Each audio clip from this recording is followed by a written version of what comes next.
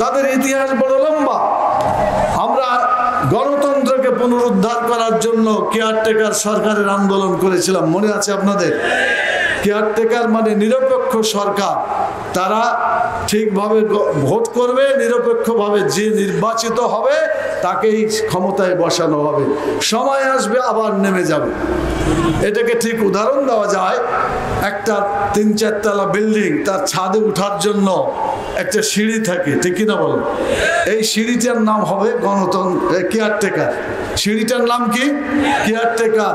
এই সিঁড়ি বেয়ে ছাদের উপরে উঠতে হবে, সময় যখন শেষ হয়ে যাবে আবার তারা সিঁড়ি বেয়ে নিচে নামবে।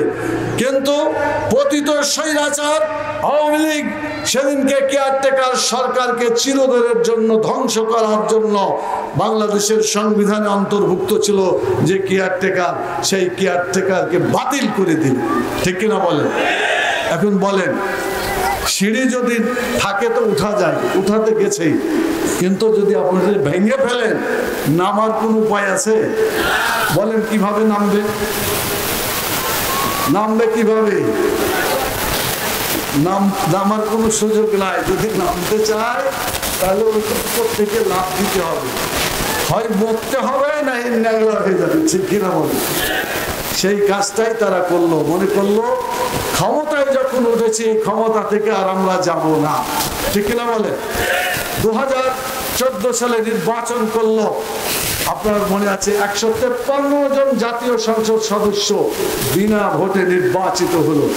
আপনারা বলেন তো, 153 জন যদি নির্বাচিত হয়ে যায় বিনা ভোটে, তাহলে আর কোনো ভোট দরকার আছে? কতটি এমপি পেলে সরকার গঠন হবে? 151। আর ভোট হয়ে গেল কত? 153 বিনা ভোট। তাহলে আর যেটা ভোট হয় ওটা তামাশা, ওটা কি নির্বাচন? এই তামাশার নির্বাচন। 2018 সালে তারা কি করলো? রাতের ভোট, দিনের ভোট কোথায় নিয়ে গেল? রাত্রে নিয়ে গেল। একজন অ্যাম্বাসেডর বললেন, আমার জীবনে কথাও শুনি নাই যে দিনের ভোট রাত্রে হয়, এই বাংলাদেশে এসে শুনলাম যেখানে রাতে ভোট হয়ে যায়। এটা কি বাংলাদেশের সুনাম হলো না বাংলাদেশের দুর্নাম হয়েছে? বাংলাদেশকে সারা দুনিয়ায় চিত্রিত করা হয়েছে এটা একটা গণতন্ত্র হত্যাকারী দেশ হিসাবে, কথা ঠিক কিনা? তারপরে 2024 ভোট হলো, প্লেয়ার পাওয়া যায় না, মানে এমপি দাঁড়ানোর লোকই পাওয়া যায়। কি আপনাদের এদিকে পাওয়া গেছিল নাকি? কেউ দাঁড়ায় নাই। তো এখন কি করবে? নাই খেলোয়াড়, তো বলছে আসো তোমরা আমরা এক এক নিজেরাই সরকারি দল আর বিরোধী দল হয়ে নির্বাচন করি। এটা ঠিক খেলাধুলা আপোষে, এটাকে বলা হলো কি নির্বাচন? ডামি নির্বাচন। এক নাতি আর এক নানা গল্প করছেন, গল্প শুনবেন আপনারা? সবাই তো নাই, কি শুনবেন আপনারা? তো নাতি বলছে যে না না, সবারই বিয়ের কথা বলছো, সবই দেখলাম, তো তোমার বিয়ের কথা তো বললে না, তুমি কি বিয়ে করেছিলা? তো কইছে যে হ্যাঁ আমি তো বিয়ে করছি, নাহলে তুই আসলি কোত্থেকে? তো বললো যে কই তুমি কবে বিয়ে করলে? কাকে বিয়ে করছো তুমি? তো বলছে কেন, তোমার নানিকে বিয়ে করছি। তো বলছে ও তোমরা ঘরে ঘরে কামসারি দিছো? আওয়ামী লীগ এইরকম কারবার করছে। বিশ্ব ইতিহাসে বাংলাদেশের নির্বাচনকে, গণতন্ত্রকে কলঙ্কিত করেছে আওয়ামী লীগ। শুধু কলঙ্কিত করে না, এটাকে হত্যা করেছে। তারা শুধু হত্যাই করে না, গণতন্ত্রকে দাফন করে দিয়েছে তারা। অতএব এই শক্তিটি মানুষের জন্য কল্যাণকর শক্তি হিসাবে বিবেচিত হতে পারে না।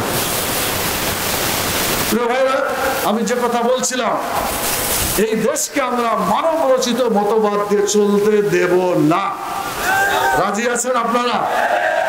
এতদিন যা করছে, এখন আমরা বুঝতে পেরেছি মানব রচিত মতবাদে দেশের শান্তি প্রতিষ্ঠা হবে না।